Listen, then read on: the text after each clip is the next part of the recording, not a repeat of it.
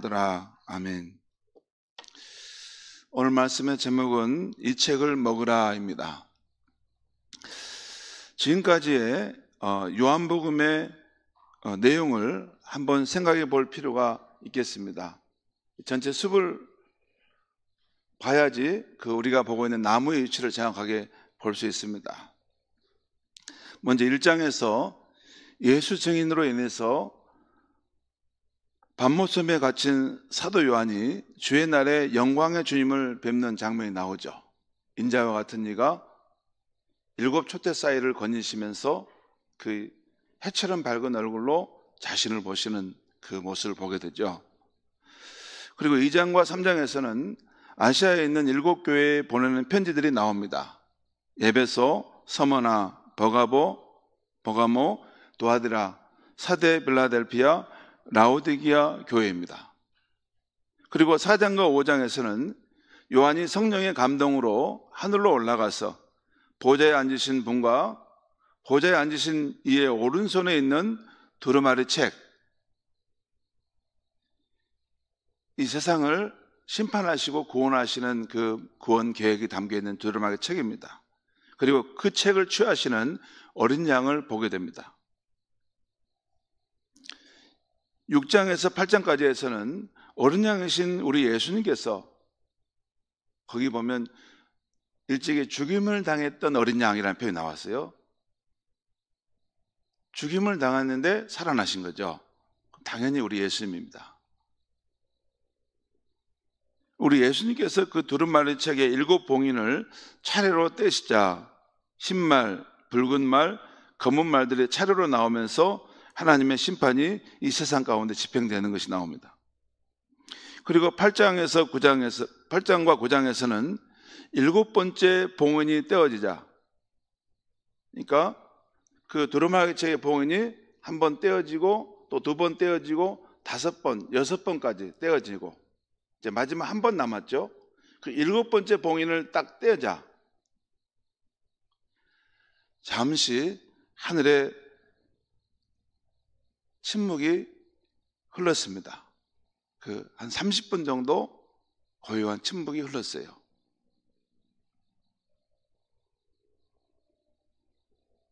그러면서 하나님 앞에 서 있는 7 천사가 나오는데 그들이 각각 나팔을 갖고 있었어요. 그러니까 7 천사가 그 앞에 하나님 서 있었는데 그들이 각각 나팔을 들고 서 있었습니다. 그리고 그 천사들이 첫 번째부터 시작해서 또 나팔을 불자 다시 땅과 바다와 하늘에 그 재앙의 심판이 집행되는 장면이 나옵니다. 우리가 어제 보았던 그 9장 6절에 보면 그날에는 사람들이 죽기를 구하여도 죽지 못하고 죽고 싶으나 죽음이 그들을 피하는 상황이 나옵니다. 여러분, 이 말씀을 보면 지금 우리 시대 아닙니까?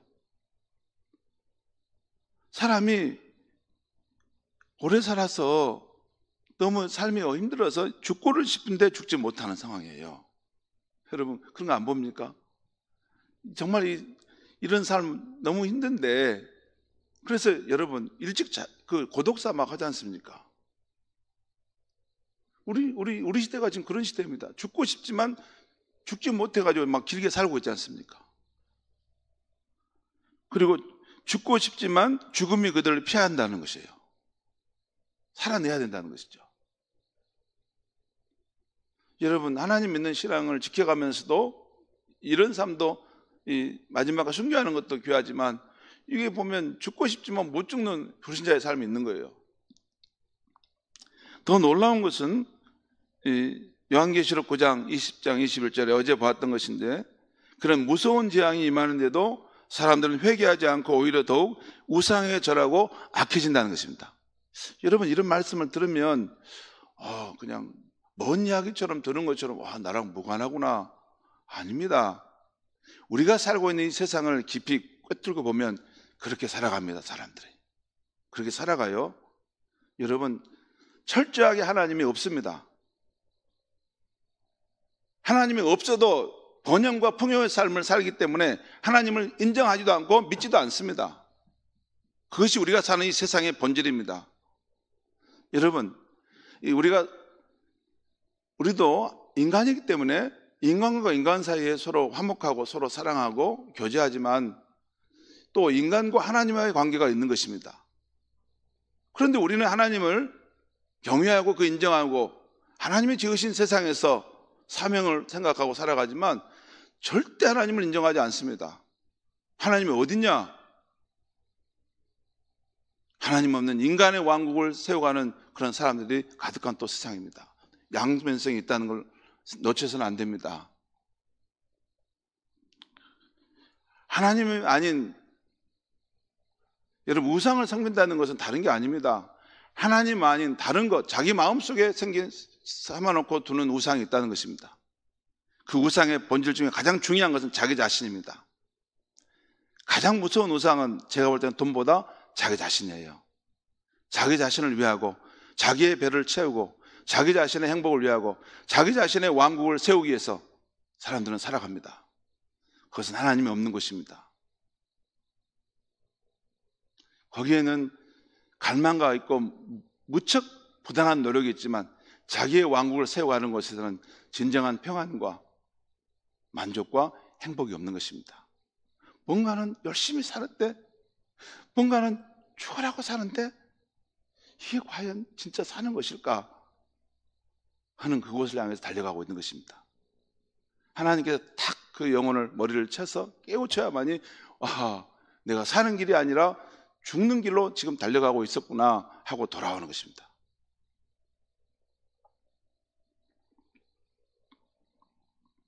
그런 재앙을 만나도 회개하지 않고 오히려 더 우상 숭배의 길로 간다는 것입니다. 오늘 읽은 요한계시록 10장 말씀은 전체 흐름에서 보면 이제 6번째 천사의 심판 나팔이 부러졌고 마지막 7번째 천사의 심판 나팔이 이제 부러지면 이 세상의 주의 나라가 된다고 해요. 이게 이제 내일 11장에 보면 나옵니다. 마지막 심판의 상황이 이제 펼쳐지는 상황인데, 그 마지막 한 번 나팔이 이제 불면 이 세상이 주의 나라로 변하고 그리스도의 나라가 된다는 것이 나오는데,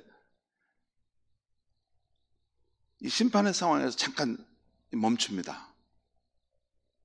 마치 영국으로 말하면 오막과 육막이 넘어갈 때 잠깐 쉬는 시간을 갖는 거예요. 이게 막간에 잠깐의 삽입되는 내용이 오늘 우리가 읽는 10장과 내일 읽을 11장의 그 내용입니다. 그 다음에 이제 7번째 마지막 나팔이 부러지면서 심판이 완성된다는 것이죠.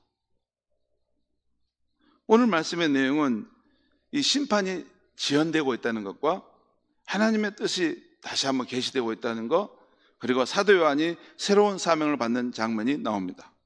오늘 말씀 1절과 3절 말씀을 제가 읽겠습니다. 1절과 3절입니다.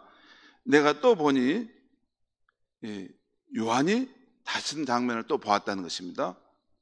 힘센 다른 천사가 구름을 입고 하늘에서 내려오는데 그 머리 위에 무지개가 있고 그 얼굴은 해 같고 그 발은 불기둥 같으며 그 손에는 펴놓은 작은 두루마리를 들고, 여기 보면 또 다른 힘센 천사가, 앞에 지금 7 나팔을 지금 들고 불었던 천사 말고 또 다른 힘센 천사가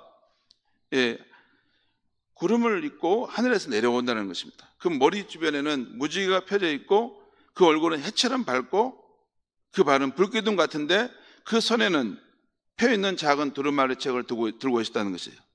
그리고 그 오른발은 바다를 밟고 그 왼발은 땅을 밟고 서 있었다는 거예요. 그리고 3절, 사자가 부르짖는 같이 큰 소리로 외치니 그가 외칠 때 7 무리가 그 소리를 내어 말하더라. 여러분이 이미지, 그림을 잘 보시면 됩니다.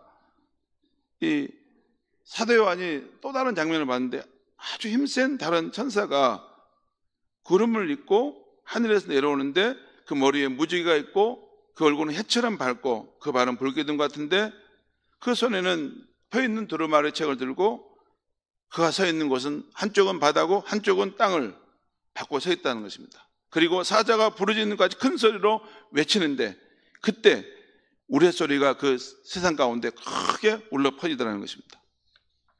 여기 보면 사도 요한이 힘센 천사의 모습과 그 손에 펴있는 작은 두루마리 책을 보고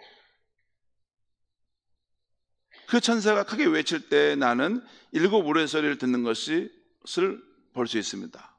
그 천사가 들고 있는 여러분 작은 두루마리 책은 또 더 섬세하게 하나님의 심판과 구원에 대한 계획이 담겨 있는 책이라고 할 수 있어요.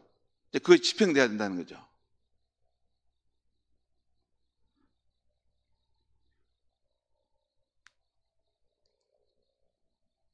(5절과 4절) 말씀 또 읽겠습니다. 4절 제가 읽겠습니다.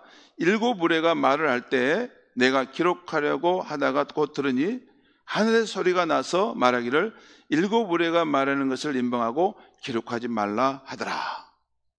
여러분 7인, 7 나팔, 7 우레, 여기도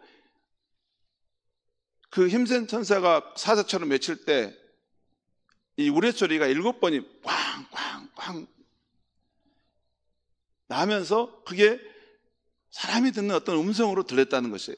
그래서 사도 요한이 그것을 이게 하나님의 구원과 심판에 대한 이야기구나 적으려고 했는데 그건 적지 마라, 기록하지 말아야 돼.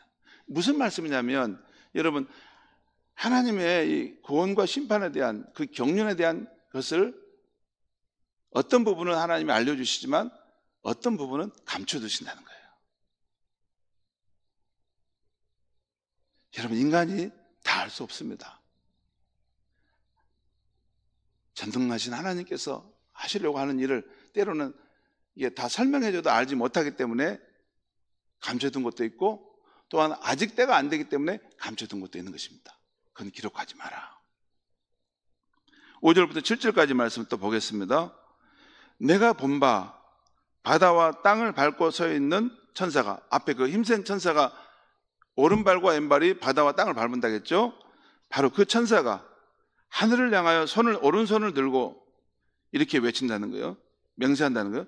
세세토록 살아계시니, 그분이 누굴까요? 영원토록 살아계신 분이 누굴까요? 다음 나옵니다. 곧 하늘과 그 가운데 있는 물건이며 땅과 그 가운데 있는 물건이며 바다와 그 가운데 있는 물건을 창조하신 이를 가리켜 명사에 이르되.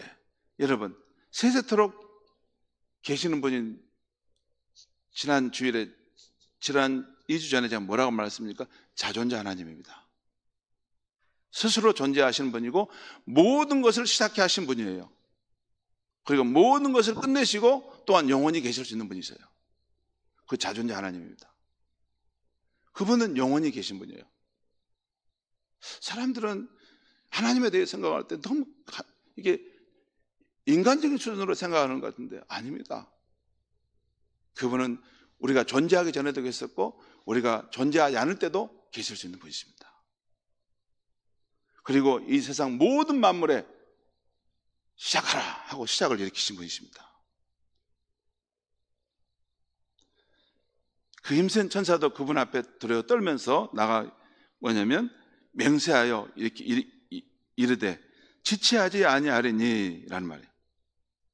이 말의 정확한 표현은 시간이 얼마 남지 않았다라는 것이에요. 그 다음에 7절 보겠습니다. 7째 천사가 소리를 내는 날, 그러니까 그 마지막 심판 나팔이죠. 그 나팔을 불려할 때 하나님이 그의 종 선지자들에게 전하신 복음과 같이, 우리가 전도자들이 나가서 복음을 전하지 않습니까? 이 복음과 같이 하나님의 그 비밀이 이루어지리라 하더라. 하나님의 그 구원의 경륜이 마지막 때 이루어진다는 거죠. 그러니까 우리 예수님이 영광 중에 오셔서 그 일을 이루시는 것을 완성하신다는 것입니다. 8절에서 11절까지 또 말씀 보겠습니다.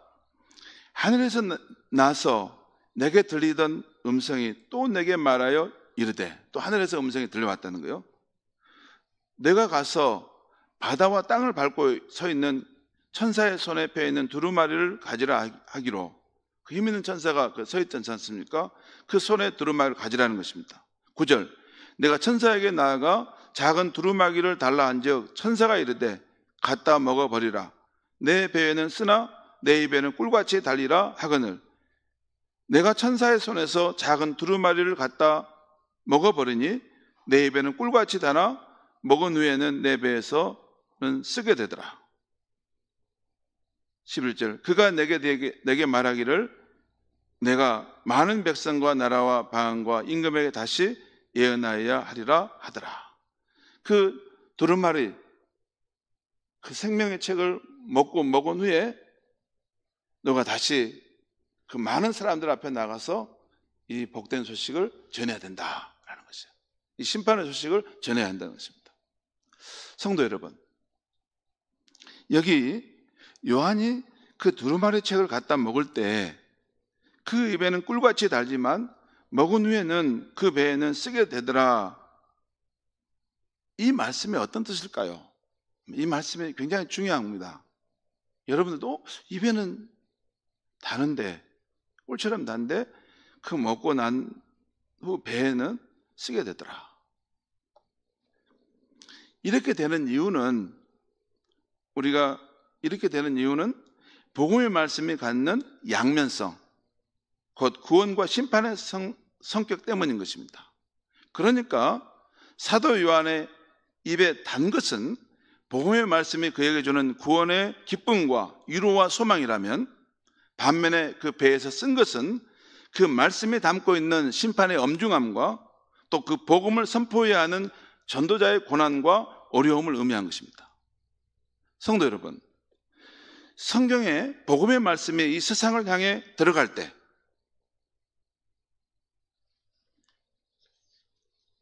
항상 양면성이 있습니다.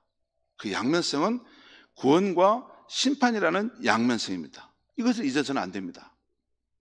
이것은 예수님께서 세상을 향해 복음을 선포할 때나 사도들이 세상을 향해 복음을 선포할 때나 항상 나타났던 것입니다.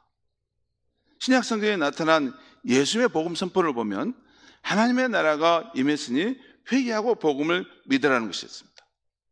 그러니까 회개하고 복음을 받아들인 자에게는 복음이지만 그렇지 않은 자에게는 안타깝게도 심판의 날이 그대로 있다는 것입니다.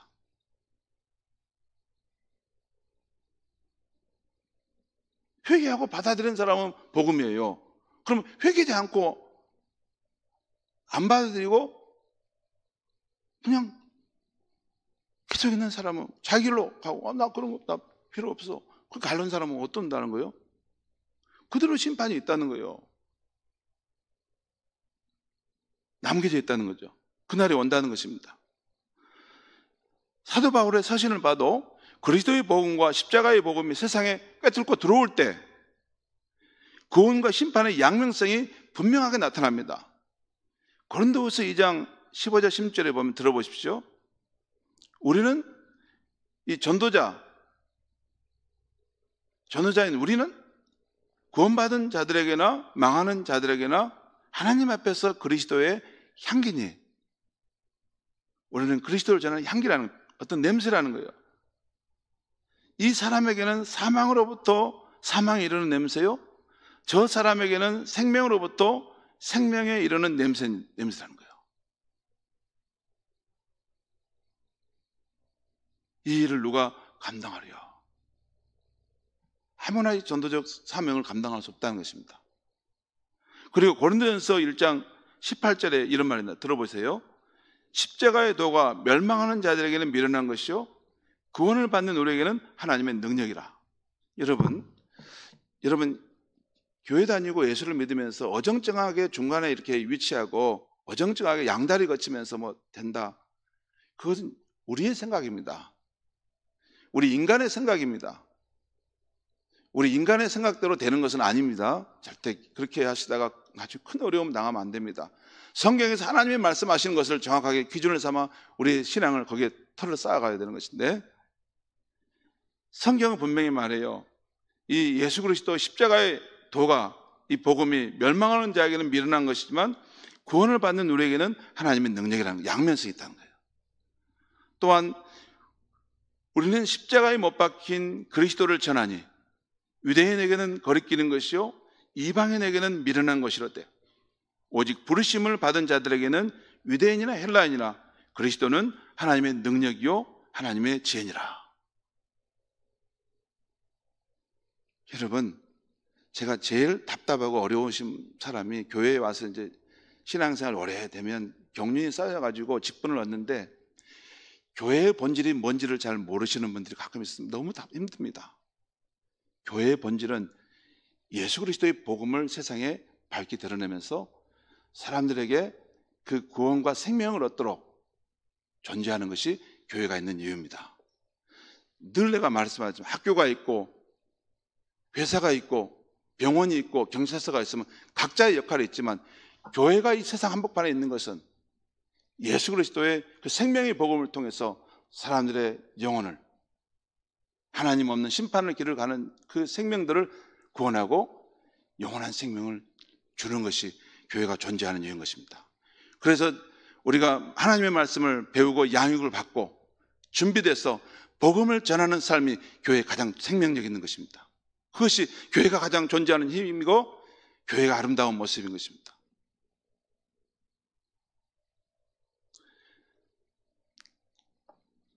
성도 여러분, 우리의 사회가 아무리 풍요와 번영의 시대가 되어도 지금 우리는 그런 시대를 살죠. 그러나 히브리서 9장 27절 말씀대로 인간은 모두 죽게 되어 있고 죽은 후에는 심판이 있습니다. 그리고 그 결과에 따라 우리와 우리의 가족, 우리 이웃의 운명이 영원히 결정됩니다.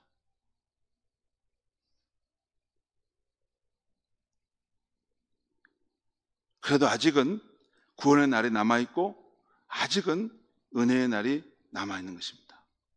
아직까지는 이 세상을 향해 우리의 가족과 이웃을 향해 회개하고 돌아오라고 하나님이 심판을 유예하고 있는 것입니다. 그리고 먼저 구원받은 우리에게 오늘도 생명과 호흡과 만물을 주신 것은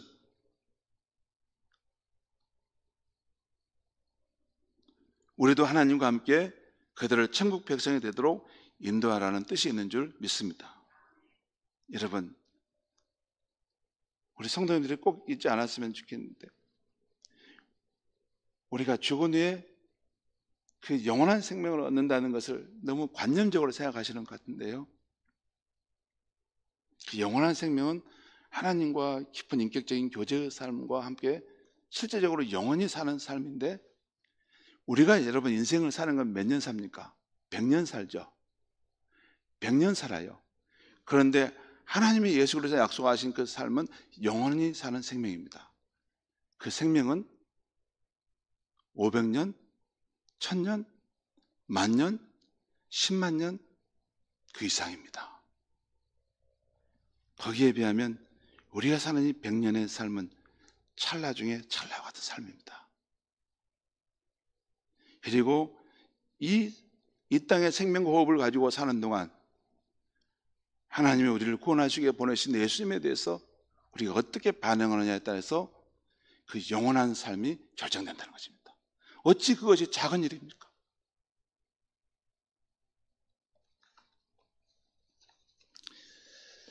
늘 우리의 마음속에 우리가 받은 이 존귀한 사명이 있다는 것을 잊지 않기를 바랍니다.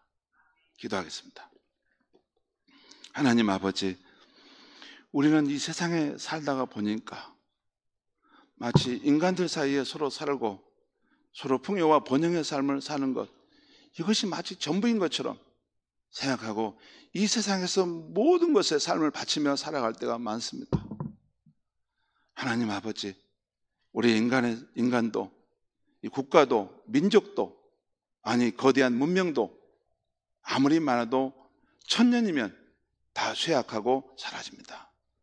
하지만 예수를 하나님의 아들로 우리를 죄 가운데서 구원하실 진정한 구원자로 믿고 받아들이는 사람은 죽음 후에 하나님이 약속하신 대로 그 영원한 생명을 받게 되는 줄 믿습니다.